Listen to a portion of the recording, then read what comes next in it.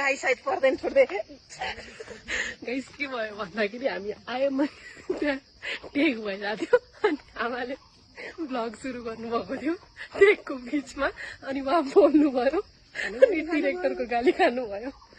so यहाँ बोल्न कहिले पनि पाइँदैन टेक भएको बेलामा किनकि डिस्टर्ब हुन्छ आर्टिस्टहरूलाई मुड पनि खराब हुन्छ सो यहाँ कहिले पनि गर्नु हुँदैन है त्यस्तो एउटा यो लीला कालिन छोकी नयाँ भ्लग हो मेरो पनि म पछि सेयर गर्छु नि ल ए ल मेरो हाम्रो भाइ है हाम्रो टिमको भाइ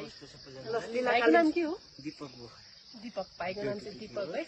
जति धेरै सब्सक्राइबर उति राम्रो राम्रो भिडियो हेर्न पाउँछौ लाइक कमेन्ट सेयर सब्सक्राइब गर्नु डोटी गएर लीला कालिन छोकी च्यानललाई सबैले गर्नु है भाइ बाई बाई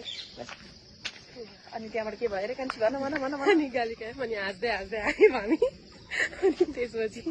पनि यस्तो छ नि त गाली खाने हाँस्ने मान्छे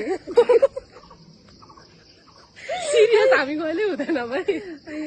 जति गाली खायो त्यति हाँस्छ हामीलाई जति सिरियस ग्लुकोज आँखामा पऱ्यो निक्लेर जति सिरियस सिचुएसन हुन्छ त्यति नै ठुलो हाँसो हाम्रो नाच्ने हुन्छ यस्तो पो होला नाच्यो नाच्यो नाच्यो